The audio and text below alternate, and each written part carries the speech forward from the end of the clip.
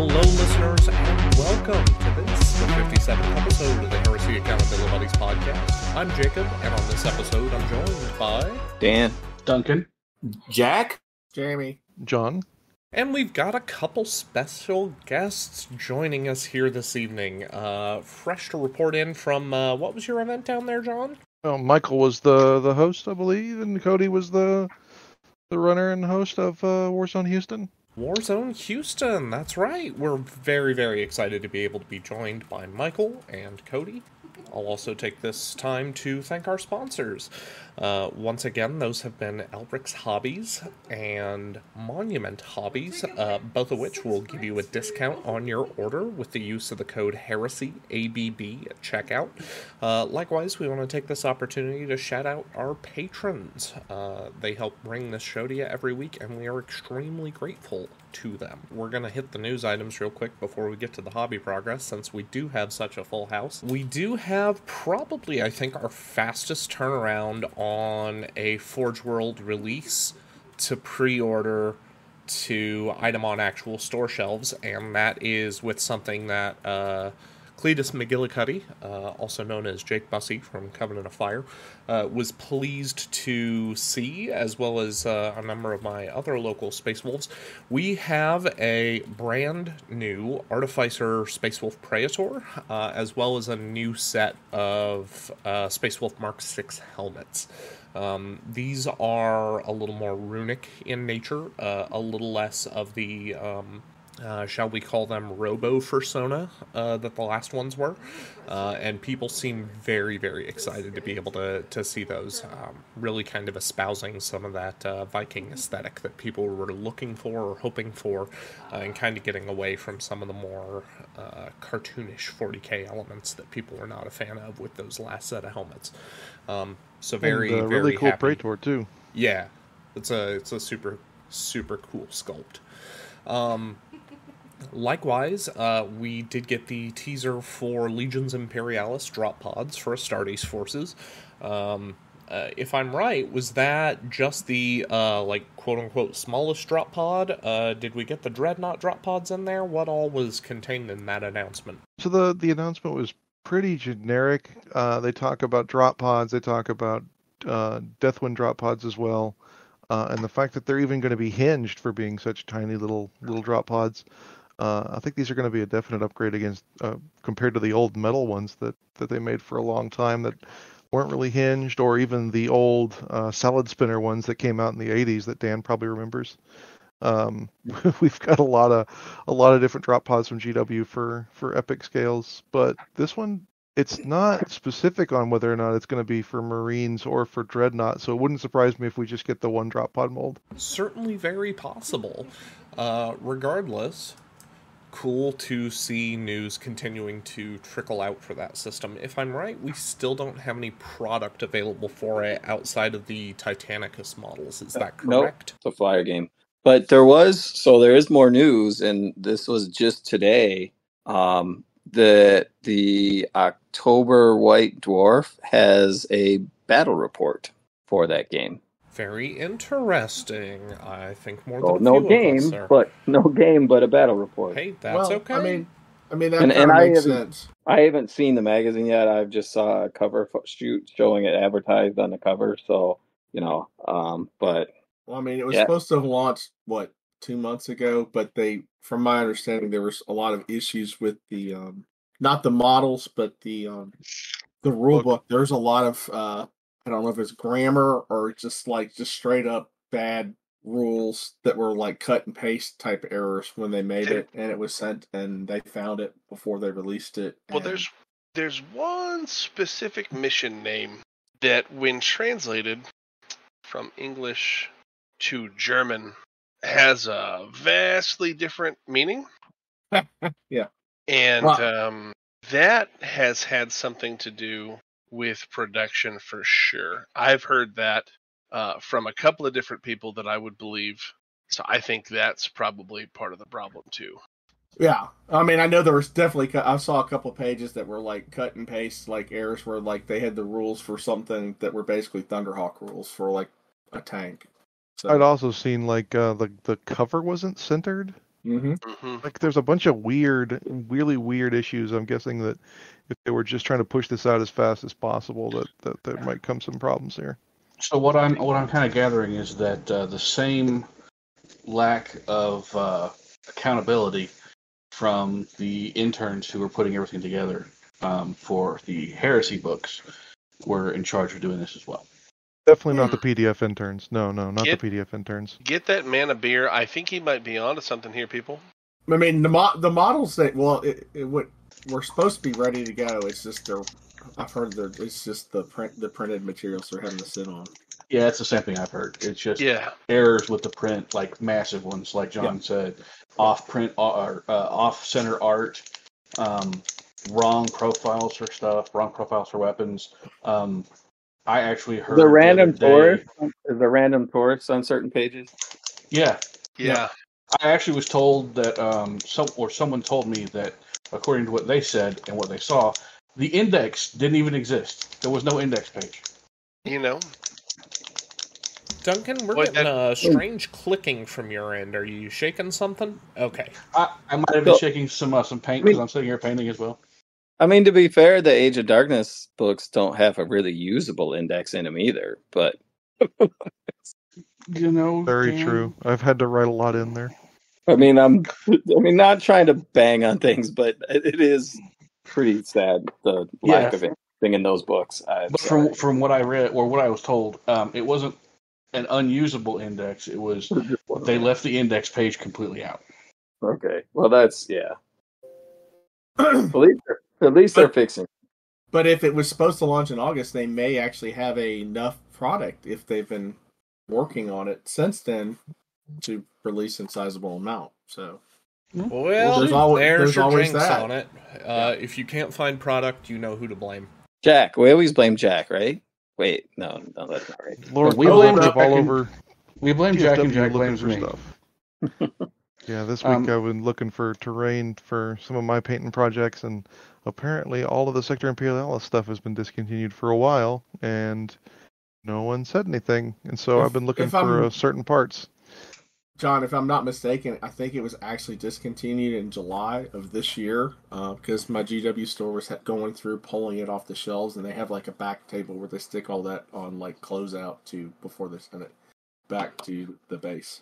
Yeah, it's just weird they didn't announce anything. They didn't last chance it or... Yeah, there's a bunch of stuff.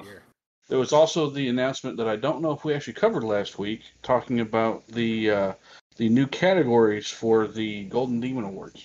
You mean one of those being Heresy? Yes, one of those very much being the fact that Heresy is no longer going to be lumped in with 40K. Good. See, I thought you were all excited about there being a Blood Bowl category. I'm super stoked about there being a Blood Bowl category, Dan. Because yes, that's you got me. You got me so good. No, that is really cool. Yeah, I'm glad to see it. I mean, not to knock 40K at all, because I would never do that.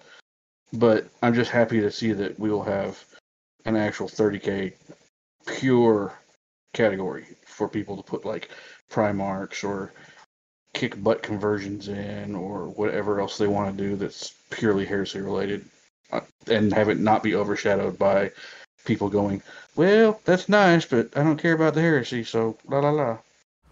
Any last news items to touch on before we make it to hobby progress? I do want to go ahead and throw a quick shout to Bryce, friend of the show, somebody I think who John knows at least a little bit, and congratulate him on the newest member of his family.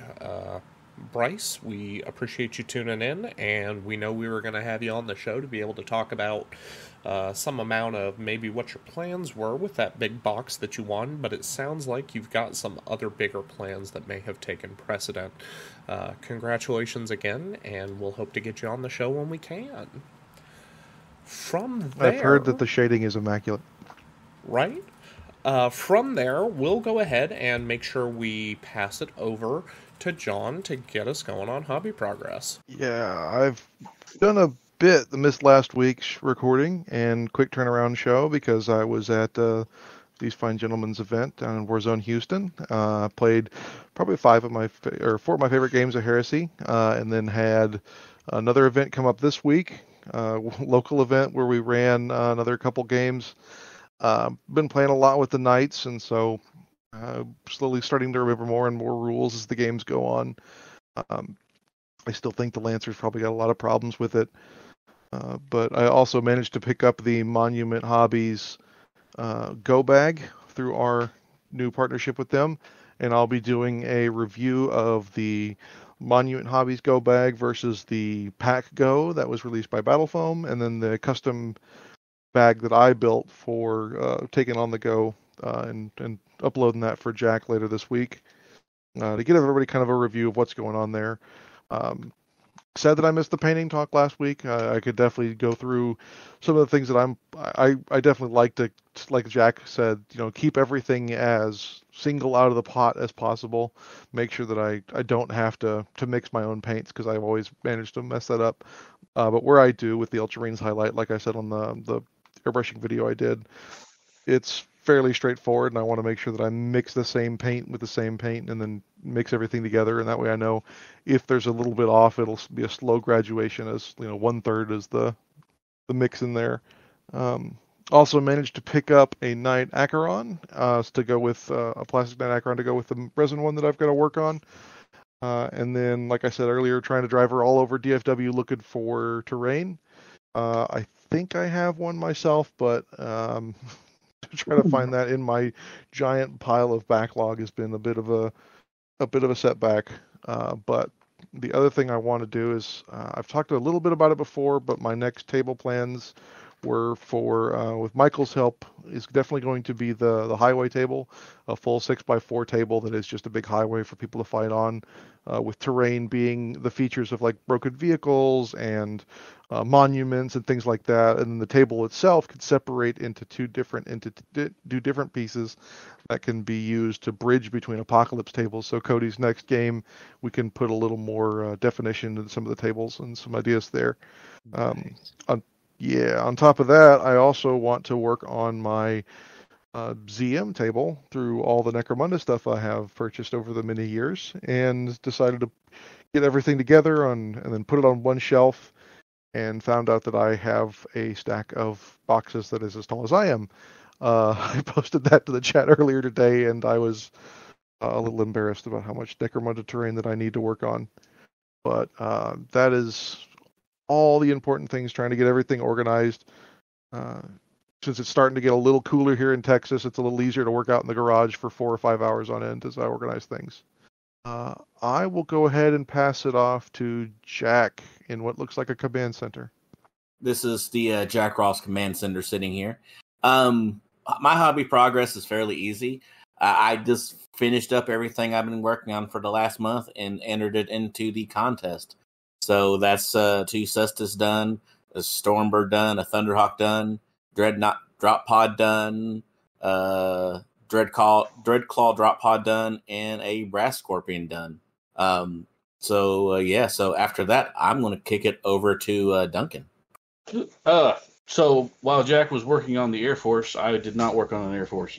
But I did work on a Glorious Hawkboy. So let's see here. This week I have begun the work on the first stone plinth that he's standing on. I have finished his wings entirely. I have finished his spear. I finished his sword. Right this moment, I'm actually working on his paterges that go on to and dangle from his various bits and bobs.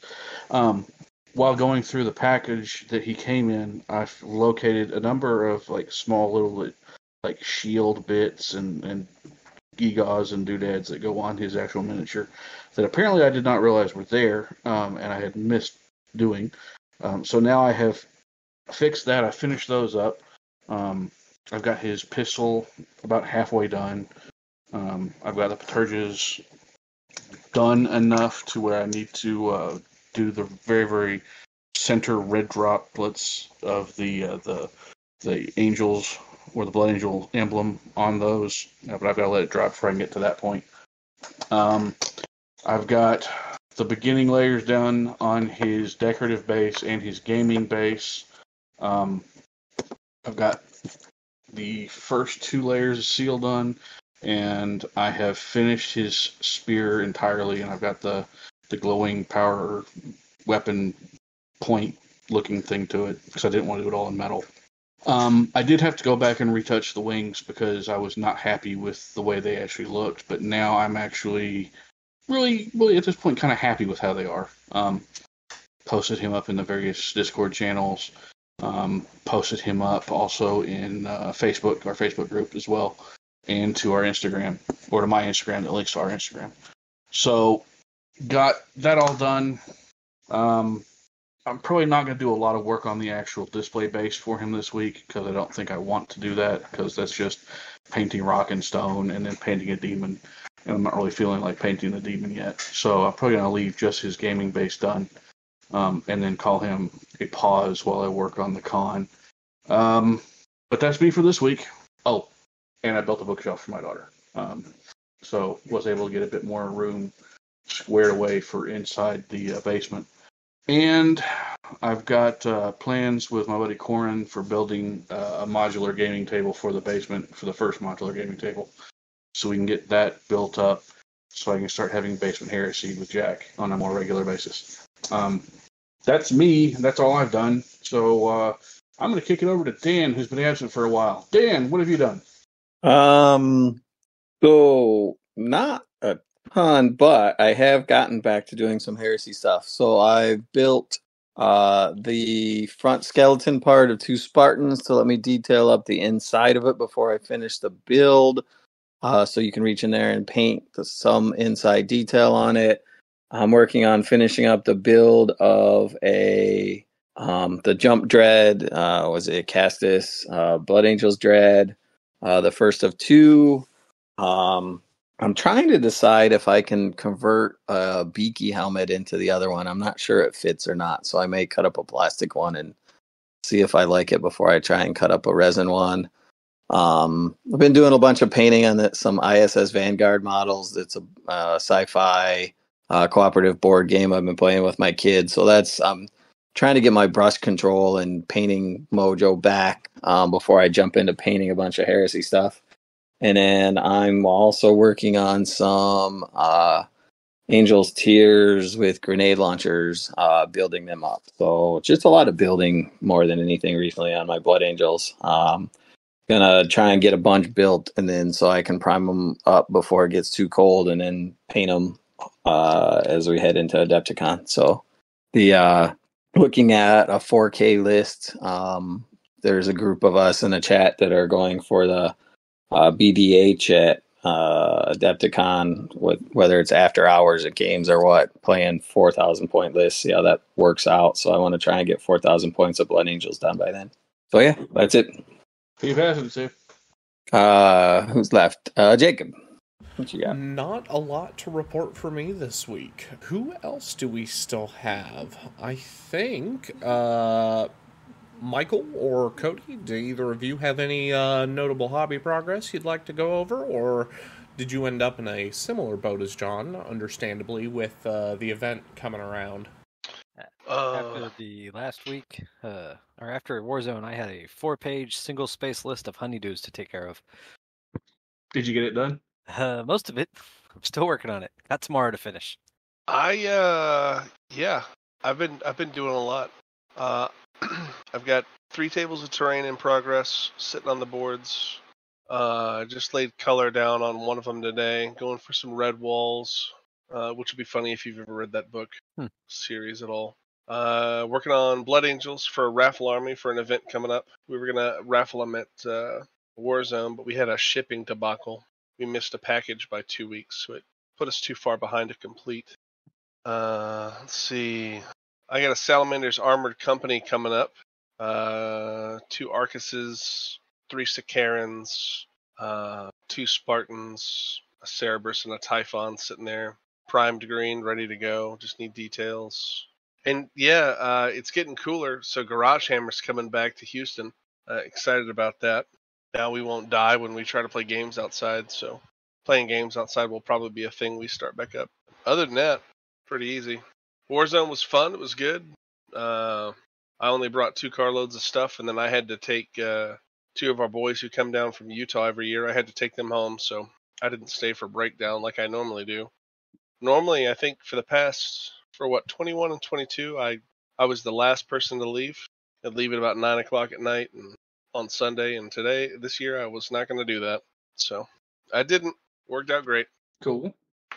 But yeah, Ultramarines, we painted a crap load of those for a buddy of mine named Steven. We're working on those. I've painted a lot of blue lately. It's weird. Normally I paint a lot of green. I'm glad you picked a better Change up. Legion. Oh, I didn't say they were for me. They were for my buddy. I'm not playing them. My Ultramarines are sitting on the shelf somewhere. I actually have a perfect place you can store them if you want. Do you? Yeah, it's a Can we garbage talk can. about that? Oh, boy. Does it have foam in it? Nope, but it will be filled with gasoline once they're put in there. I mean, What? Just I'm to not help with saying the I'd stripping play 'em, process. but I'd play them. I mean, you'd play them if they were on fire. Well, that's not. I mean, I play Marines that are on fire all the time, so I can't say anything. Let's see. There you go. Yeah, the joys of playing the best Legion ever. It's tough. That's about right. Yeah, that's all I got. All right, with that hobby breakdown behind us, who wants to get us started? Kind of lay the groundwork for us, for those who didn't know the event details. What all went down? How many points did you play? How many rounds? Hit me with it. So Warzone Houston every year is let's see, first year it was a 2.5K event, I think. And then for 2.0 we decided to go to 3K because it seems to fit better. Points drive to points drive. So it's 3K for frontline and 1,500 points for ZM. This year we went no Primarchs for our base frontline games. And we were kind of hemming and hawing about it, and there was a lot of talk that was going to be a bad idea, but it doesn't feel like it was. If anything, attendance was up compared to 22, so that was good. We had some gorgeous tables. Seth always brings out great tables. It's a joy to see his. Cody brought some great stuff up from Victoria. John and Lucas both, I think, brought stuff down from Dallas, and then I had some stuff there. The tables were immaculate. They were wonderful. The missions were laid out really well. A lot of the mission credit goes to Cody and John Rich in Victoria, and then also to Seth and Jack here in Houston. They do a wonderful job of going through missions, making sure stuff is good, making sure it's playable, and playable by most, if not all, factions. I think we all kind of understand that Knights are in a little bit of an interesting place objective-wise. And so there's a lot of objectives that just really don't work for Knights. And I don't know what the solution for that is. Cody, do you know what the solution for that is? Because I don't know. I mean, there's the knee-jerk statement, which is don't play Knights. Don't play them? Yeah, well. But that's not fair, because I actually really like Knights, and I want them to be played because I think they look really cool on the table. Rules-wise, they're not like they were in 2.0 either, if you remember, which you do. Like, they're not oppressive now. Yeah. By any means. Like flat out, Knights are just really not that good. Nope. Like, they're fun to play, but yeah. Anyway, it all seemed to go great. We had some really great games. APOC was 68,000 points aside, I think. 70,000. 70,000 points aside. Fully painted. Amazing. So that was a great accomplishment. And we ran 4 full turns and we're done before 6 o'clock, which was really good. Yep. We did it at the race park as usual. It was a little hot this year, but that's being worked on. Let's see, who did we have out? We had our farthest visitor was Brett. He came down from Canada, I think it was. Drove from Canada. Yep. And then he was an awesome. He was super fun. It was nice to have him around. He played Word Bearers. And then we had who did we have? We had a bunch of boys from Dallas. This came down in a big convoy, which was nice. We had a bunch of boys from Victoria. Louisiana showed up. Yep, I ended up playing Brett round 1, and then played a couple of Louisiana boys later in the day. Yeah, Louisiana showed up big. They showed up big and proud. They were real nice. Great competitors. It's always really nice to have them around. If you ever get a chance to come down here when they're here, you should definitely try to get a game in with them. They play the game a little differently, but they are really fun to play. They definitely showed up for the Primarch Thunderdome.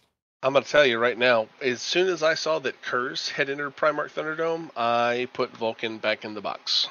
And as soon as I saw that it was Alex Stanford who was running Kurz, I kept him in the box because my dice are not that hot.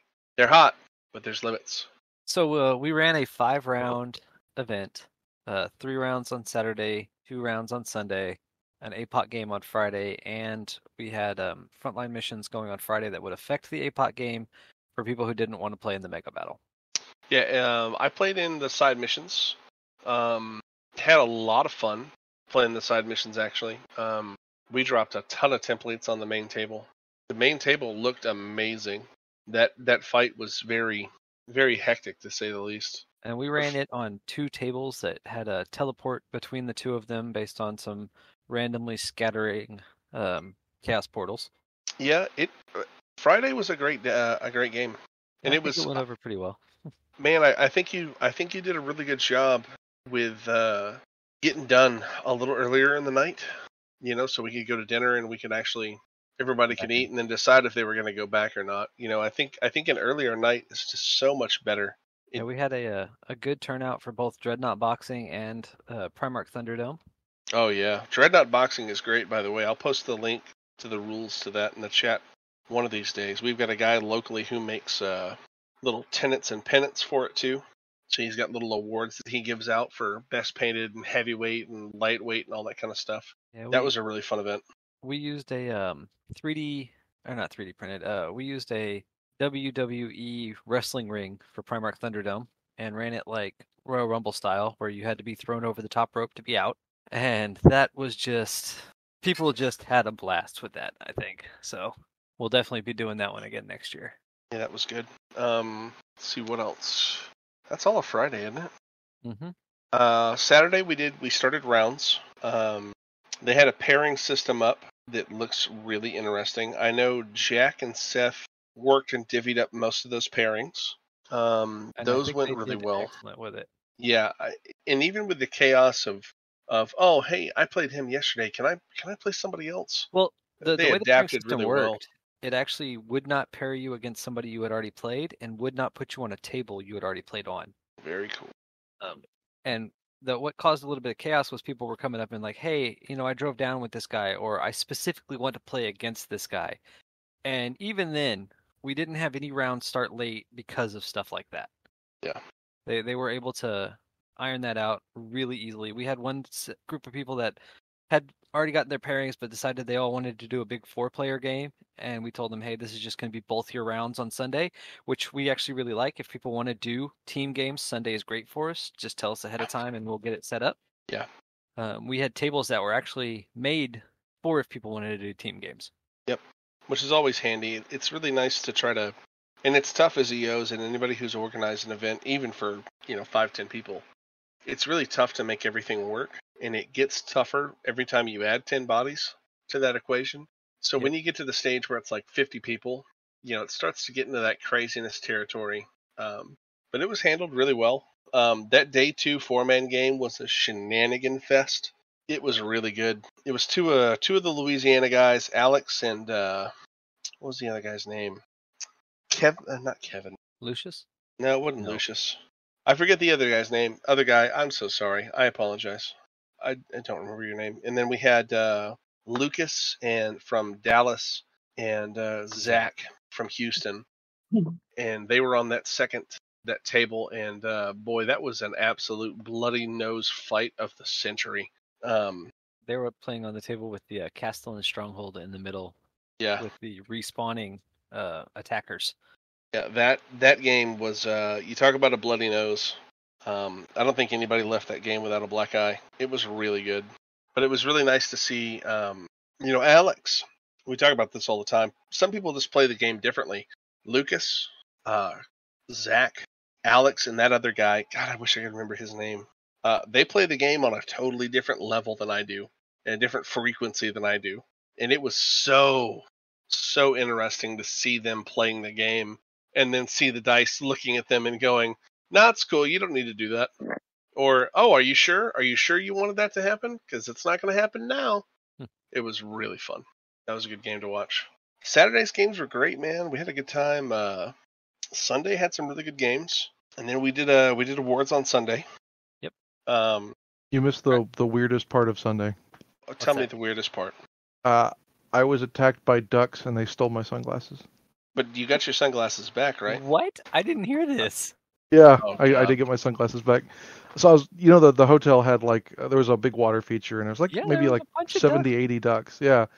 And so I was walking to my truck, got all my luggage and put my sunglasses on top of my luggage.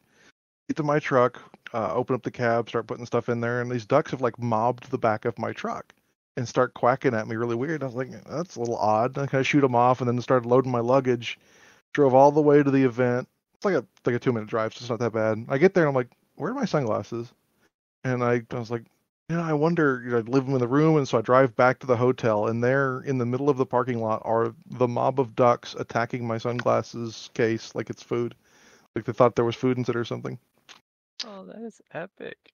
So they had stolen my sunglasses off the top of my suitcase and were pecking at it. Those ducks are free. You can take those ducks home. They I should have taken them. No one will stop you from taking those ducks. Those ducks are free. It is a long ride, ducks though. in my backyard. It's a long drive back, though. Yeah, with a bunch of ducks. Yeah. And I think they might, have it's with that long of a drive, you might, have a lot of duck feces you got to clean up, and that just doesn't sound fun. Now we'll put them in a trash can before we put them in the back of the truck. Is that the same one the Ultramarines go into? No, they go into a different trash can. Oh, honestly, it sounds like those ducks were buddy with a bunch of Canadian geese, is my guess. It was it was really weird, but yeah, it was funny because when I first said that the sentence, I was attacked by ducks and they stole my sunglasses, I expected someone to say, John, do you smell burnt toast? Are you okay? Are you having a stroke? You'd have been walking funny. John, I don't know how to tell you this. I think that's just the timeline we're on. I just assume everyone's smelling the same amount of burnt toast that I'm smelling. Yeah, that fits. Terrible if you weren't wrong. So, my eye doesn't open up all the way anymore. Should I be concerned, or is that just normal? Mine keeps twitching. Mine keeps twitching when certain people talk. Business as usual. Do not be worried. Look, we're all at the age where certain things happen, like twitches, eyes not opening properly, incontinence, things like this. It's normal. Just put on your Depends and move on.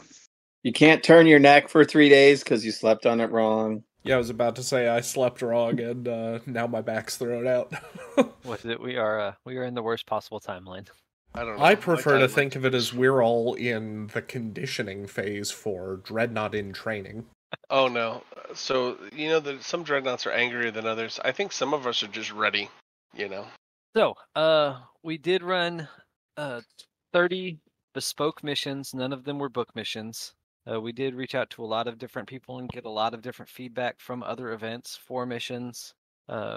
We ran a system where your primary in every mission affected who won the game, and your secondaries, which you got to pick from a list, and you picked 2 per mission. You just couldn't pick the same one twice in one game.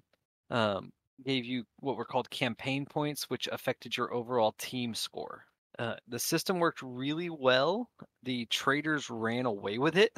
They were definitely playing to the missions as opposed to trying to win individual games. But I think everybody had a lot of fun with it, seeing that you could be getting stomped in a game and still really help your side out. Which was nice. It was nice to see people play to the missions that hard. It was good. Man, it was a lot of fun. Yeah. I got to Ringer in 1 or 2 games, and I played Scott, and I top 2'd him off the table, so I've retired this army now. All Templar assault list, and oops. So no more. Oops, all rage in more way than one. So I'm gonna come back with something different next year. Didn't you play my salamanders in 1 too? I did. I after I oopsed him in the same round, we had enough time to play a ZM game. True. And he escorted me off the board gently. Yeah. I saw my salamanders got played a bunch. That was nice. I left the army up on there in the list, and it seemed like some people got to kick some salamander butt. I think I have not heard complaints, so I think everyone had a good time. We had opponents for everyone every round ran on one time, which was a big deal. And the terrain, everybody was really happy with the terrain that we played on. So Yeah, terrain was great. Yeah, I don't think we had anybody have to sit out or get a bye. I know a couple of people did a couple of times, but that's just because it got hot back there, man. It was nice to take a break at one point. Good prizes went out. We had more prizes on the Heresy side than the event did in total for 40K. And I believe AOS it wasn't that way because they had a raffle that happened at the same time. But we had more prize support than any other game other than AOS, and it was nice. It was nice to have Heresy prize support, finally at an event after years of it being either me or Seth who bought the prize support. It was really nice to see the stores in the area, just kind of give. Definitely stepped up. Atomic stepped up. Legacy gave us the WAC award. Yeah, which was hilarious. We gave the Accountability Buddies donated a bit. Oh God, yes. Yeah, you guys hooked us up a bunch. Did you guys? So what was the story with the posters? Did you guys give us the posters, or did somebody buy those? Duncan? No one's paid me anything for posters. As far as I know, they were given. Okay, all right. Well, we got some posters from Accountability Buddies. That was super cool. The swag bags, there was I call them Pokemon crates, but every crate had 5 or 6 different paint schemes. By the way, everybody was talking about those like quite a bit, and I've already had people asking me where we got those. Daiso, right? Yeah, Daiso is it's a chain. I clean out all the ones in DFW, so I apologize to all of our Dallas listeners. If you come between me and crates, there will be a problem. I hit the I self-check out all the time. I hit the ones in Houston once or twice a week. Yeah, Daiso is amazing, but man, it's a hard life out there trying to get that stuff. Yeah, it's real scattershot. They keep moving them too inside the store. Mm-hmm. It's like they're trying to keep them in stock and not just have one guy clean them out all the time.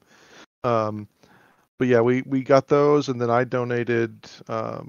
Was it the Basing Award for Best Based Loyalist and Best Based Trader? Yep. And that went to John Rich and Lincoln. Speaking of, Lincoln told me to tell you he's going to turn those into objective markers for when he plays games. Oh, he's awesome. working on them. He's been working on them for the past couple of days. So as soon as he puts up some pictures, I'll send them to you. But he was really geeking out over those. He thought that was a really cool prize. So good work, John. Cool. Yeah. Yep, they were oversized. They were dead Kriegers that were a little bit bigger than 30K scale.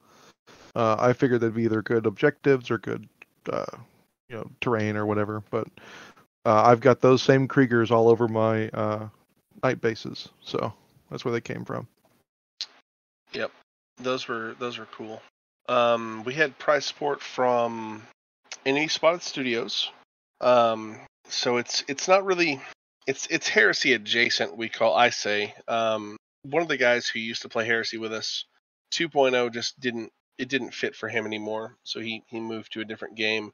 But anyway, NE Spotted Studios, they gave us a Lasgun and a Meltagun Elysian. So that was really cool. So every swag bag got 2 little miniatures in it. And then they have it's what they call Legions, but they're Grimdark series. They also, for Community Best Painted, they stepped up and gave a full Kickstarter package to Community Best Painted, which was Locker. So Locker won those, and those were gorgeous. So I can't wait to see what Locker does with that stuff. I'm sure he's going to do an amazing job. Oh yeah. That was really nice to have. Monument Hobbies stepped in for Professional Best Painted, and they gave John Rich $50 gift card. Yeah, so John Rich got what, four complete sets of Monument Hobby stuff. I think he got 1, 3, 4, and something else. I think, but he got a bunch, so that was nice. What else? I'm trying to think of what else we had going on at that event. The dice trays were super great. We had a local woodworker come up and want to sponsor the event. So we got from Orad Woodworks, we got 10 free dice trays, and we gave those out after day one. And then everybody else got a $20 off voucher for the store. So if you bought a dice tray, it made a dice tray $10. But man, he had all sorts of stuff out there. I saw some piles of stuff coming back. But it was cool to see those dice trays get used the whole weekend.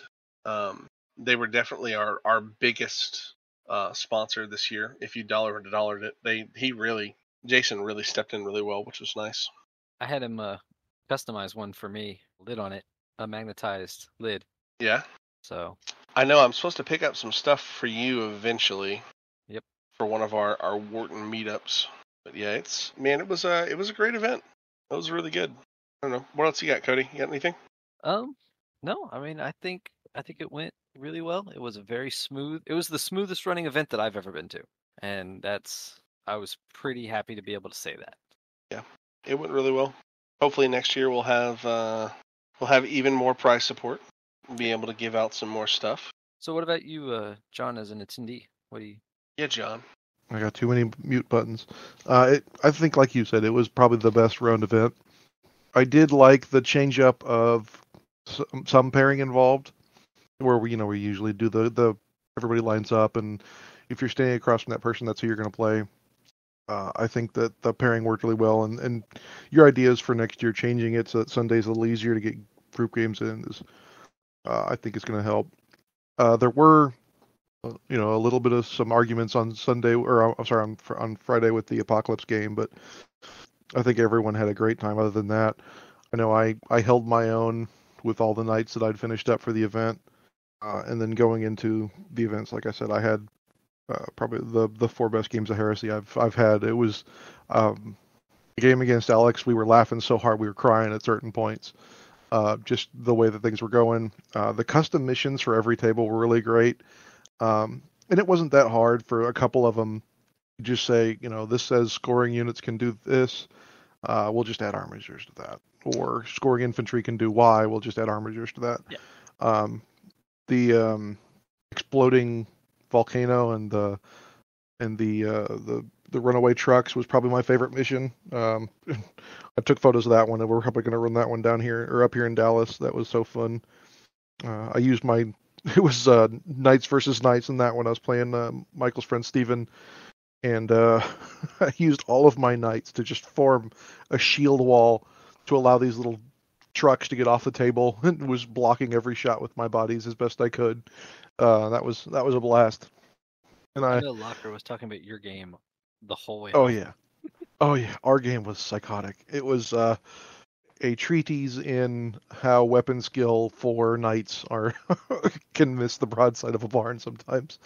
But it was a blast game. And then that corner got a little hot, but luckily I had a battery powered fan that I keep with my luggage, so we got a little bit of air back there. Yeah, I know they're working on that place. They just replaced the 2 units in the main system, I think a month or 2 before we got there. Yeah, and so we've kind of dabbled around it, but yeah, so the AC died during the event, but there were fans that were brought out, and y'all supplied the event supplied ice water to everyone free of charge. Yep. And then there were other drinks available as well. Yep. It sucks that it happened, but I think they did the best they could with what they had. Yeah, I mean they did an amazing job with the water. Yep. And I know, man, that poor bartender, I know she was hoping to make some money that weekend, and I know she did okay. But I know every time she came to see me getting water, I know that poor girl was like, come on, buy a beer, something. I tipped her $3 because before the AC crapped out, I'd had her fill my that gallon Arctic cooler that I keep every time I go to an event. I had her fill that with ice, and then I just used that both days. So I tipped her a couple bucks off of that. But yeah, she was hard working. Every time I'd come by, that she was scooping something else up. She was vendor wise, I think it was probably one of the better vendors. Like you said, the woodworking was really cool. I was lucky enough to win one of the dice trays, and I've been using it for all of Warzone, and I used it again this weekend. And one of the vendors was doing like a warehouse clean out and had like 50% off Necromunda until I got there, and then they didn't have any more Necromunda to worry about. Yet John was like, year. texting everybody saying, "Hey, man, I was going to get all this stuff, and then I saw a vendor that had all this Necromunda terrain on closeout." Every year, man, Edden does it right as a vendor when they come out there. He loads that van up with everything that either hasn't moved or if it's a little slow or if it's not really doing. He puts it out there for 50% day one and just doesn't turn back. If it says 50%, he wants it gone. A lot of vendors go to events and they're like, "Oh, I'll just keep charging retail," and then they wonder why they don't sell anything over the weekend. I remember last year the I think it's Atomic was the ones that was across from Eden. They had all those white dwarf decal sheets for like a quarter a piece, and so I bought a bunch of those, and that's what I've been using on terrain a lot. So I never have a bad time at Warzone, but this one was top of the list. Well, thanks, I man. really liked it. It means a lot to all of the EOs. Yeah, it could not have been done without y'all. Well, thank you. Thank That you very means much. a lot to And us, man. It really does. If y'all don't come, it doesn't matter what we do. Exactly. It means even less if we don't. I mean, I'd love to sell that event out like we did first year. I know it's been tough, and I know the economy is rough, but man, it's always a pleasure. It really is. Yeah, and y'all got a good deal on the hotel. I mean, maybe that was a duck discount, but it helped. Well, those ducks are free. You could have taken those ducks home. Like I said, I did enjoy the hotel this year. Having a little kitchenette was pretty nice. Yeah, the kitchenette was nice. I think if we do it there next year, I might goon up and do like a heresy breakfast in the morning in the hotel room. Instead of that breakfast they had down there, it was okay, but the fist fight to get to the waffle maker every time was a little rough. Yeah, three more of those. They had one waffle maker, and if you know heresy guys, yeah, big heresy guys are gonna eat some waffles, especially when they're shaped like the best country in the world. Exactly. Yeah, they had the Texas shaped waffle maker, but they only had one, and there would be like 5 of us. So eventually a queue got started, and people would write their names on cups, and you'd have about 30 seconds to get up there after the waffle maker went ding to pour your goop into the machine and hope you got a complete Texas waffle. But yeah, I think next year I'm probably gonna bring a couple of waffle makers and stuff up to the hotel room, and because I mean we had a full size fridge, we had a full size stove. I could have cooked breakfast up there, and I think I might next year. Yeah, I'll tell you what we'll do is I'll do up some like bacon and brisket and stuff like that, and that way you take care of the eggs and stuff like that. We'll just split it. There you go. We'll just meet together. We'll meet together out by the pool. We'll have heresy breakfast by the water feature every day. Yeah, and we'll have a fresh duck. Yeah. Fresh duck every day. Those ducks are free. You can just take those ducks home. You don't have to pay for them at all. Just bring your own. We'll just cook them there. Sauce. Do we have additional notes about Warzone to talk about? No, I think I'll give one last congratulatory or one last thank you for every EO that ran it, and I don't mind. In fact, I love bringing my terrain down. I got a couple of really cool pictures of people playing on my terrain and using it as backdrops for setting stuff up. That's why I work on the terrain, is I want people to enjoy it. If it wasn't for, if there weren't other people in the world playing games, we wouldn't be able to make this podcast. We wouldn't be able to have the friends and the memories that we have. So that's why I work on the terrain, and I want to see it used, and this is a great way to see it used. Well, and everybody, it's funny as we ramp up to these events, the one thing a lot of people ask is all right, well, what about the terrain? We're not going to be playing on that 40K stuff, are we? And not to dog the 40K crowd. Like, you guys have some interesting terrain. It is what it is. But man, it is just so nice to be able to go, John's going to bring some, I'm going to bring some, Victoria's bringing some, Seth and Jack are bringing stuff. Like, the terrain will be good, I promise. League's different. We won't be playing on 40K U's, okay? There's no U's. Anybody who knows me knows the one thing I hate about 40K terrain is the phenomenal amount of U's that they have. So it's nice. Yeah. We avoided the U's. Jack and Seth did yeoman's work. Tyler stepped up and really helped out. Everybody did really good. So. Yeah. Well, and Cody, much props to you and many hand claps. You took care of a problem, and you did it with grace and it was well done. I was very happy that you were able to take care of that. So I think everything went really well, man. I can't think of. I mean, there's been some other really good events, but this year's Warzone, it was without a hitch, pretty good. We just need more prize support. It's all right. We'll get some more. Oh, yeah. Some more. Yep. We'll start hitting the stores. We'll start. Yeah, I we'll do start really doing want to shout more. out. Thank you to all the stores that donated. Like I said, Goldmine, Legacy, Atomic, just everybody who pitched in. Thank you guys. Monument Hobbies, just everybody who helped out. It was such a big deal, and Yeah. felt like there was a lot of support behind us this year, which was really nice. Well, it felt very different than most other years of.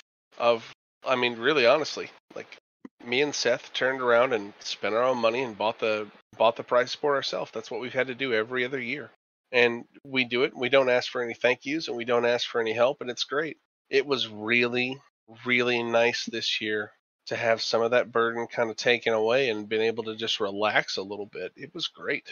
So All right. thank you to all the sponsors. It was amazing. What's your next event, Cody? What do you got? I think Warzone 2024, maybe. All right, do it. I am pumped. Next event-wise in Dallas, we do have Thanksgiving coming up in late November. Since we just had our October event, I will come back next episode or episode after to get the details on that, and then we'll be having a December event as well before the new year. Okay. You guys gonna do it at a store? You guys gonna do it at the Citadel? What's the deal? We've really liked that Dallas Marathon Games. It's it's like a rental place that's got something close to 2,000 in store, and then 5,000 back catalog of board games that you can come in and rent out. They're nice enough to let us rent out a whole room, and then we can go in there and use all the tables we need to and play it that way. That store is really nice. I know Steven and I have both been up there for Dallas events, and it's real top notch. Yeah, they've got complete air conditioning in all the rooms. The tables are just the right height. There's nice restrooms, nice clean restrooms, which is important when you're talking about a game store. And then they've got a bunch of different drinks and snacks on tap, and so you can go and purchase those. And then they've got like a rewards punch card that you can get as well if you want to get drinks and stuff. So yeah, I've really enjoyed going there. And the other thing that really helps it is it's literally 12 seconds from my home. I get into it's the caddy corner across from my house. So getting terrain there and getting home is pretty easy. Yeah, I've got one coming up in April. We're gonna be doing War Dome, and that'll be right now we're at 50 tickets. And if we sell all of them, that'll be a great event. But yeah, that's more info's on that's coming soon. I think John will be there. Yep. I'm gonna try to get Cody out there if we can get his kind of honeydews caught up. I'm gonna send you some boys. They're gonna help you. Just don't ask where they came from or where they're going afterwards. They're going duck hunting. Yes, the ducks are free. You can take as many as you want. Free. But anyway, free ducks. Any other passing words on the event? No, thank you so much for having us on. We really appreciate it. We love coming on, talking about the event and the ducks that tried to steal John's glasses. Well, we are glad to continue to have the opportunity to bring you on to be able to talk about it. I know here in a week or two, we'll end up having a couple of my locals on to be able to talk about the Michigan GT, and I know they're very, very excited to get to attend, to get to play, and come back on and share their experience. John, Did they get their hotel squared away? Did they get their hotel squared away? I know there was some. I believe so. I think one guy didn't get his discount, so I think he was on the way of getting that taken care of, but I'm not certain yet. But that's certainly something that I hope for. Yeah. Story there is the hotel sold out after the con was booked, so apparently there was some snafu with some people's reservations and discounts and stuff. But yeah. Anyway. Yep. Sorry. I'll also go ahead, since we've been teasing it for a couple episodes now, and at least as of this time, it looks like we're not getting to it on this show. John, do you want to drop us just a little bit of a tease on the Trader Knights for the next show, hopefully? Yeah, I'll say this one especially. I would actually have some experience because, like I said, Steven ran the Trader Knights. It is definitely interesting what the Trader Knight household PDF does. It has a lot of the same things that the Loyalist does, and then they decided to add a little more sprinkles on top. Probably the best way to say that. I'll kind of add in or ask from the next kind of step from that. Do you think, if you say that Trader Knights are just that little bit extra, do you think that non-Trader Knights are a functional army in the edition? Yes, but I think at the same time you're going to be fighting uphill a bit. I think that you can build, and this goes back to Michael's and Cody's discussion about Knights in general, and Lucas and I talked about it a lot too this weekend after his event. There's two ways to build Knights that are, it's really easy to build them in one of two ways. One way, which is kind of the route I've gone down, is I don't want to be that guy, so I'm not going to take the obviously really good units. I'm going to take the units that I want to field, and I'm going to field them in the ways that I want to field them. And the other way is, wow, these things are really good. I should take these. And then when you do it that way, it becomes an almost unbeatable killing machine. If you go that way, there are ways to make the unbeatable killing machine even better. So to ask, how thin a line is it between those two positions? This is, of course, a discussion I'm sure we'll visit at some point in the next episode as well, but just trying to gauge or to build for my own understanding. I think if you take a Porphyron, it definitely puts you really close to the camp of I want to smash face. It's pretty much, you can take a Porphyron or a couple other models, or exclusively just armatures. Like those are the two camps that swing into the smash face. Okay, so I'm trying to kind of harken back to what used to be the RFI sort of hidden points value, where you've indicated that like taking a Porphyron spends a lot of your hidden or invisible points, your social currency, if you will. And so if you take those, it might be more cognizant to focus on knights that you think are a little less potent or a little less actionable. And you've indicated that this edition, that might be the Lancer kind of rising to the fore there. And I've heard other people, I don't know if I've heard you say this, where the Acheron was kind of the be-all, end-all last edition, short of the Atropos itself, where the Acheron, by having that heavy bolter, could shoot the flamer at a troop's choice, scour it off a point, and then turn that heavy bolter on something and end up charging them. Felt like the Acheron kind of fell by the wayside this edition, probably owing in part to paying for sins from last edition. Is that pretty accurate? Yeah, I think it's not as good as it once was. It's the giant flamer template definitely still helps it. The ability, like you said, to shoot, to just pink a heavy bolter, and that's one of the things that helps a lot with knights is if they have that little gun that they can just shoot that at what they really want to charge, and then shoot all their main or better weapons at things that they don't want to charge, that they really want to mess up that way. And then the Atropos specifically, I think it almost took a worse beating because I haven't even seen people talk about it. It's that much changed.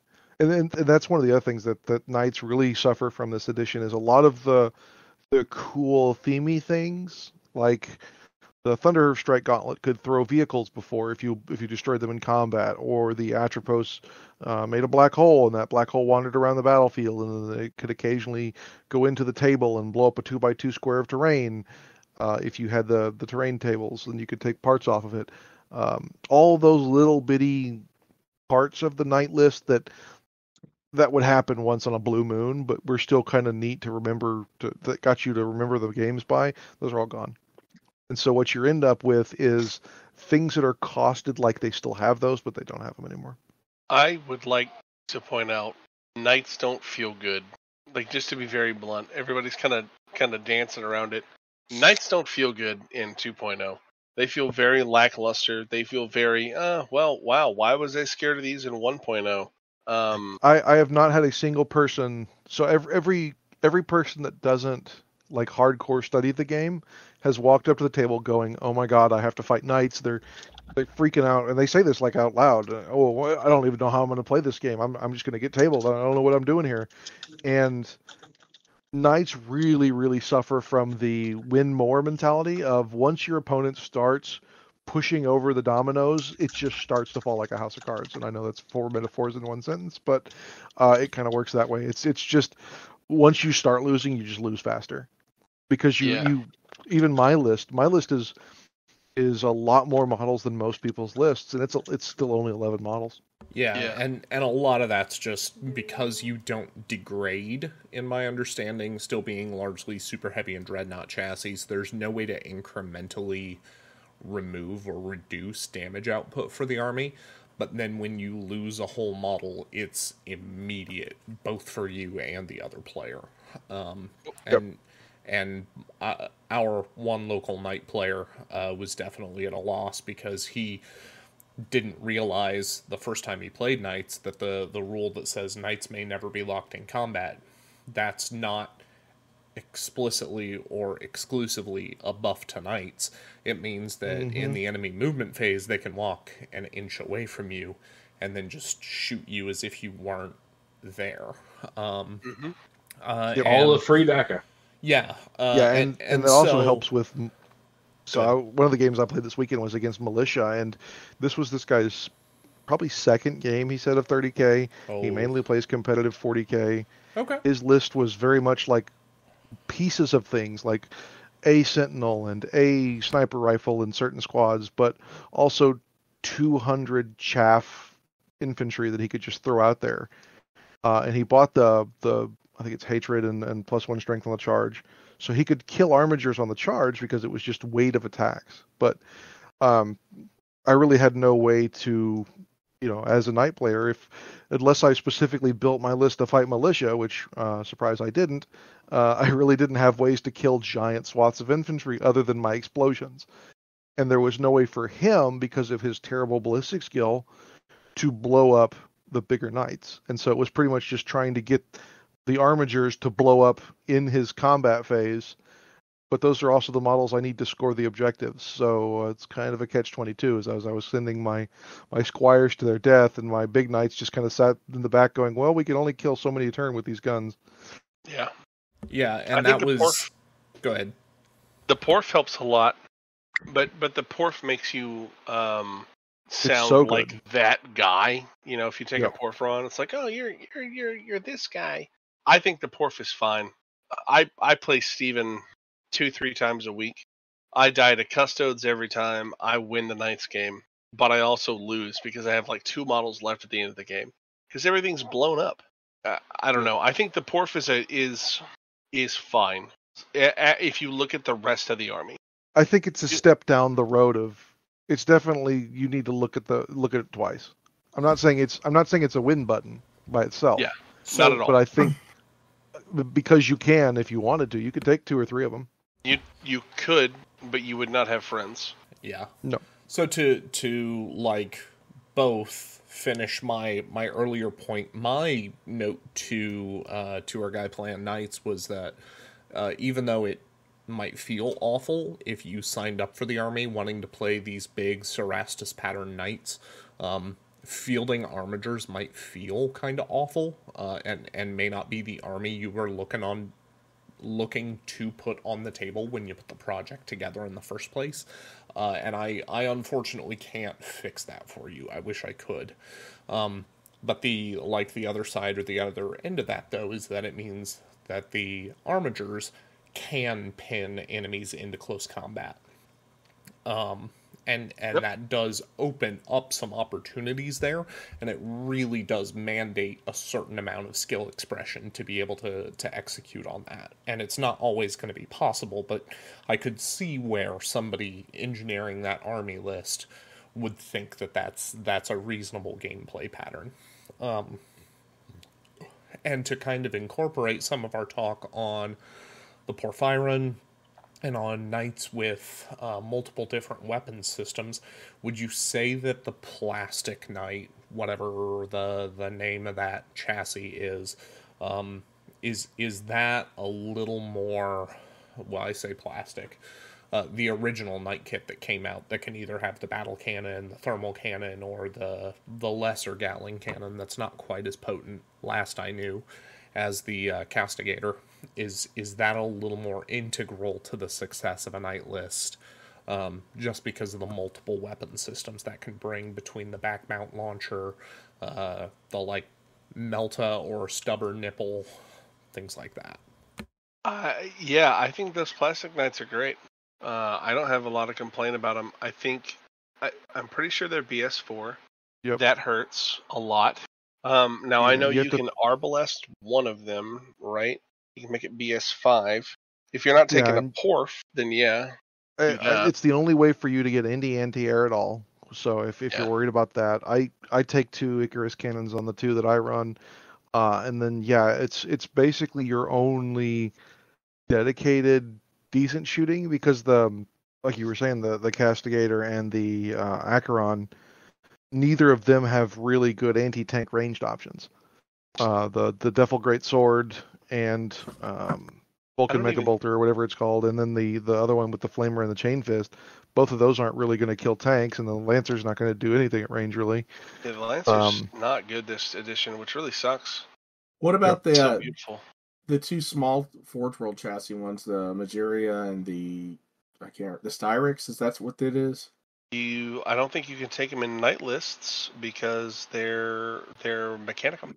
You can-ish. So they're... Is that the same thing with the Adipose? You can't take it in a list, a normal night list, because it's Mechanicum too? You can take... That's the other Porphyron, right? That's the one of... No, the Atropos... The Atropos is the one with the black hole gun. The black hole gun and the las gutter. Yeah, that's the Cerastus chassis. Yeah, you can take that one in a night house. Let me double check that. I don't. For some either reason, way, I feel like if you can take them either way, the Volkite cannon is okay. It's not. It's better at killing Marines than it is at killing other things. Right. And then the lightning gun is not good at killing tanks either. So the only real ranged anti-tank that you have on night chassis, whether that's Cerastus or Questoris, the plastics, is going to be that thermal cannon. Mm-hmm. And it's good. It's a 36-inch range, strength 8, AP1, melt 5-inch blast. But the problem is, because it's strength 8, AP1, it's not doubling out T5 things or things that reduce strength shooting and things like that. So you kind of have their ups and downs. I would say this: if you're an EO and you're worried about your matchups at all, and you're worried about your pairings, don't have knights fight custodes. The knight player is not going to have a good time. Don't do that to them. And you really don't need. A lot of people saw that knights, that armigers aren't quite dreadnoughts, and so they've been giving them the dreadnought downsides of still being affected by haywire and a couple other things. We haven't been playing with that in Dallas, and then that Warzone did that. It really only affected me in one game, but that one game I definitely noticed it is not necessary. I agree, and it's something I'm going to bring up when we talk about the event next. It's probably something I hope we could probably learn from that and not do that again. Sorry. No, it's fine. Like I said, it only happened in one game, and there were other issues with that game. So it's not a TO, it's not an EO fault. Yeah, hopefully I understand about the haywire thing. And you can take a Strix and a Megara in the normal list. They are the same weapon skill and ballistic skill and hull points as other Questoris Knights, and so they're not great. Those guns just aren't that good. That is the only other way to get brutal, though, is with the Siege Claw. Yeah. So The one brutal in the list is with that Siege Claw. So I keep saying that there's not really brutal in the list. It's on that one weapon, and it's not worth taking because you have to sacrifice so much more. You're not getting the anti-tank range that you need with the rest of the list. Yeah, that brutal claw is not worth it. Yeah, I would like to see more mechanical knights though, like more Mechanicus knights. I think they're dope. I think they add a lot to that list. It's just they're Forge World, so they're a little pricey. Oh yeah, no. I mean, I have some. The only reason I was asking is because I have some left over from 1.0. Yeah, and they can't take the same upgrades that the other knights can. They have no convertible nipple cannons or head guns, so yeah, they're just basically stock. Well, they have like a plasma or IRAD or something like that. Something's nothing. Yeah, they have a plasma gun in the chest. Yeah, or grav gun depending. IRAD cleanser can do work though. Don't sleep on that. It can do work when it wants to. Yep. I firmly believe we're going to start seeing more Mechanicum players soon. I think Mechanicum is in a good spot. I just think people sleep on Mechanicum because they think it's just knights. Yeah, I'm working on the tech guard now with my buddy Joel, who's working on his word bearers whenever he comes over and we watch movies. So that's my kind of off-topic project that I go work on occasionally. I found the prints for the sisters. Nice. Talk about so it I'll be afterwards. able to do those soon. Bikes. Mm-hmm. Well, all right. We will look forward to digging a little bit further into that on the next show. On our way out, does anybody have any last parting thoughts? Thank you so much for having us on. Yes, Michael, we were glad to have you, and same for Cody as well. Always a treat to be able to get you guys on the show. From there, I've been Jacob, and on this, the 57th episode of the Heresy Accountabilibuddies Podcast, I was joined by... Dan. Duncan. Jack. Jamie. John. And once again, our special guests, Michael and Cody. Thank you very much for joining us, listeners. Remember, stay accountable to your hobby and to your buddies, and we'll catch you here next time.